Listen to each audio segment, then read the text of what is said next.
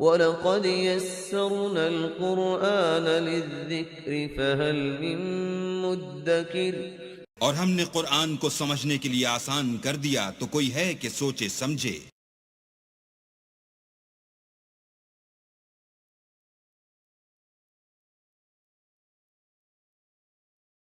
اعوذ باللہ من الشیطان الرجیم۔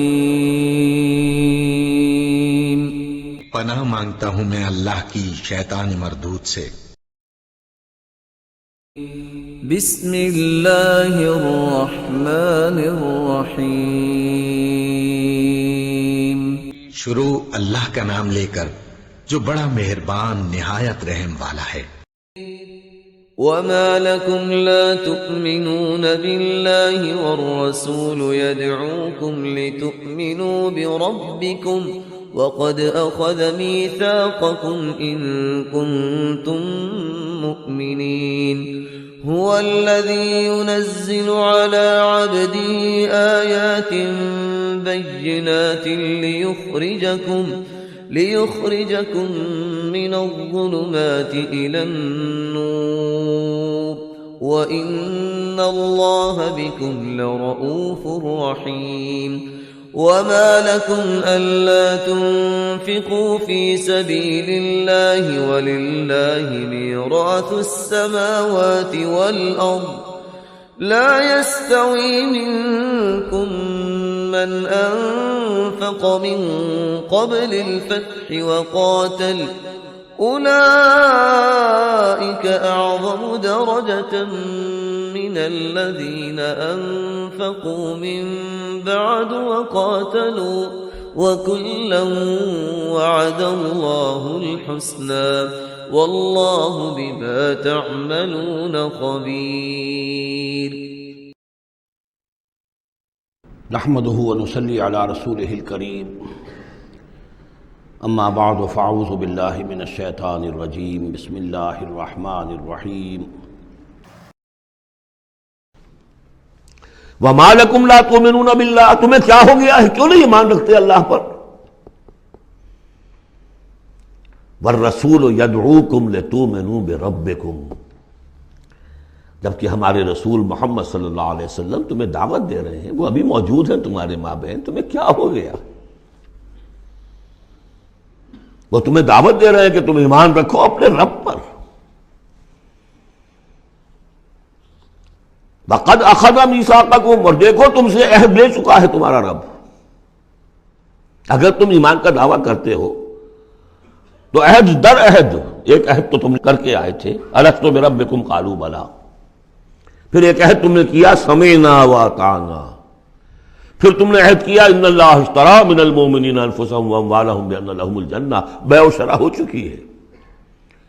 وقد اخذ میثاقکم، وہ تم سے عہد لے چکا ہے، ان کنتم مؤمنین، اگر تم حقیقتاً مومن ہو، دعویٰ تو کر رہے ہو ایمان کا۔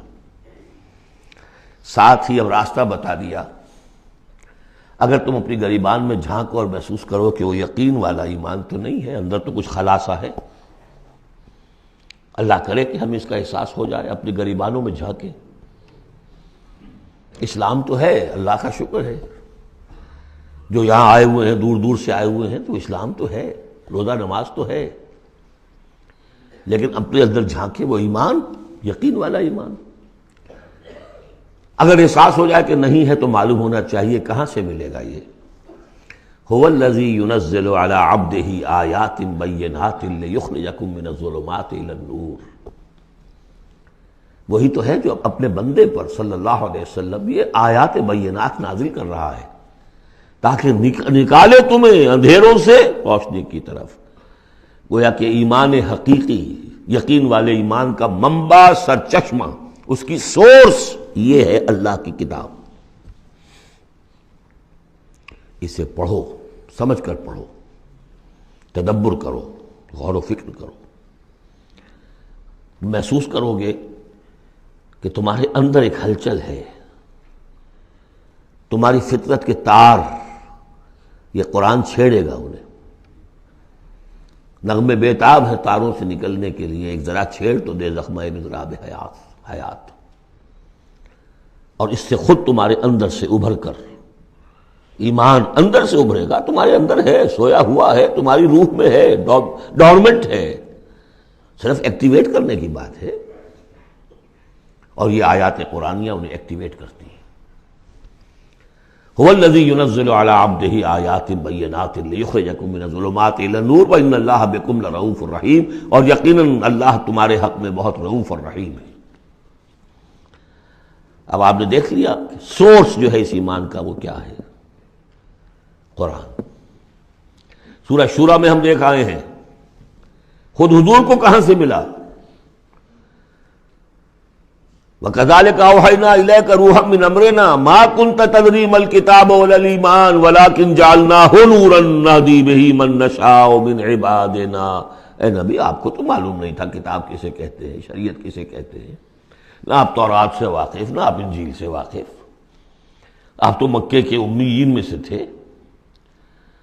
ایمان کسے کہتے ہیں، وَلَكِنْ جَعَلْنَاهُ، اس قرآن کو ہم نے نور بنا کر آپ پر اتارا ہے۔ وہ ایمان جو ہے اب آپ کا باطن اس سے جگمگا اٹھا ہے، اب آپ جو ہے گویا کہ اب روشنی کا مینار ہیں، اب آپ ہدایت دیں گے سیدھے راستے کی طرف۔ اسی کو مولانا ظفر علی خان نے کہا ہے بہت خوبصورتی لیکن بہت سادگی سے، وہ جنس نہیں ایمان جسے لے آئیں دکانیں فلسفہ سے، ڈھونڈے سے ملے گی عاقل کو یہ قرآن کے سپاہوں۔ اچھا، ایک بات تو ہو گئی کہ تم ایمان کیوں نہیں، تمہارا پختہ کیوں نہیں ہے، یہ دلمل یقین ایمان کیوں لیے پھر رہے ہو، یہ شکوک و شبہات کے کانٹے جس میں چبھے ہوئے ہیں اس ایمان کے ساتھ گزارا کیوں کر رہے ہو؟ اگر اس میں کمی ہے تو پہلے اس کمی کو پورا کرو، چھوڑ دو دھندے، کچھ دن نکال لو، 1 سال نکال لو اپنی زندگی میں سے کہ کم سے کم اتنی عربی سیکھ لیں کہ یہ قرآن ہمارے دلوں کے تاروں کو چھیڑ سکے۔ وہ اسی وقت ہوگا تیرے ضمیر پہ جب تک نہ ہو نزول کتاب، گرہ کشا ہے درازی نہ صاحب کشاف۔ انسپیریشن قرآن سے، ترجمے سے نہیں مل سکتی، ناممکن ہے۔ مفہوم سمجھ لیں گے، دماغ میں کچھ چیزیں آ جائیں گی، لیکن وہ جو قلب کو متحرک کرنا ہے، اس کو انسپائر کرنا ہے، وہ اسی وقت ہوگا۔ اب دوسری ڈانٹ، وَمَا لَكُمْ أَلَّا تُنْفِقُوا فِي سَبِيلِ اللَّهِ، تمہیں کیا ہو گیا، خرچ کیوں نہیں کرتے اللہ کی راہ میں؟ وَلِلَّهِ مِيرَاثُ السَّمَاوَاتِ وَالْأَرْضِ، آسمان اور زمین کی ساری وراثت تو بالآخر اللہ ہی کے لیے رہ جائے گی، تمہارے پاس رہ جائیں گے یہ محل، یہ کوٹھیاں، یہ فیکٹریاں، تم آج ہو کل نہیں ہوگے، جو اگلے ہوں گے وہ بھی پھر نہیں ہوں گے، کائنات تو اسی کی ہے، وارث وہی ہے، الوارث وہی تو ہے، اور تم سینت سینت کے رکھ رہے ہو۔ وَمَا لَكُمْ أَلَّا تُنْفِقُوا فِي سَبِيلِ اللَّهِ، اور انفاق میں نوٹ کر لیجیے، میں بتا چکا ہوں کہ انفاق کے اندر انفاق مال بھی ہے، انفاق نفس بھی ہے، بذل نفس، جان کھپانا، وہ واضح ہو جائے گا۔ وَلِلَّهِ مِيرَاثُ السَّمَاوَاتِ وَالْأَرْضِ لَا يَسْتَوِي مِنْكُمْ مَنْ أَنْفَقَ مِنْ قَبْلِ الْفَتْحِ وَقَاتَلَ، برابر نہیں ہے تم میں سے وہ جنہوں نے انفاق کیا اور قتال کیا فتح سے پہلے، قتال آ گیا، جان کھپانے کے لیے میدان میں آئے۔ انفاق جو کہا تھا آیت نمبر 7 میں، وہ صرف مال کا نہیں، جان کا بھی ہے، اور انفاق کے جان جو ہے اس کا سب سے بڑا موقع کیا ہے، جنگ، جہاں آپ نقد جان ہتھیلی پر رکھ کر حاضر ہوتے، وہ تو اگر جان بچ جائے تو گویا کہ بونس ہے، ورنہ جو جاتا ہے جنگ میں وہ پورا رسک لے کر جاتا ہے۔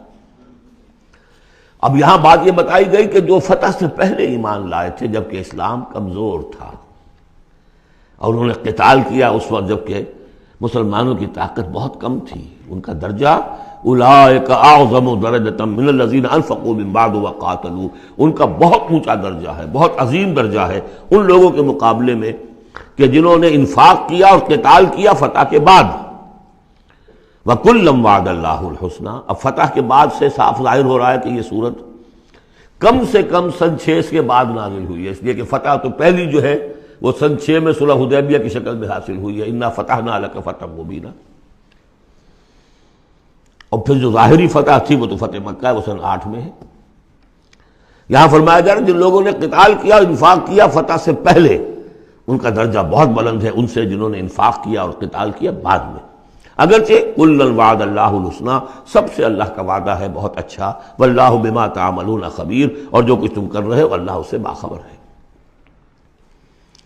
اب آئی پکار، اس کو اب کھلے دل سے بیدار دل سے سنیے. میرا خالق آپ کا خالق، میرا مالک آپ کا مالک، اس کائنات کا مالک. بارک اللہ لی ولکم فی القرآن العظیم ونفعنی وإیاکم بالآیات والذکر الحکیم.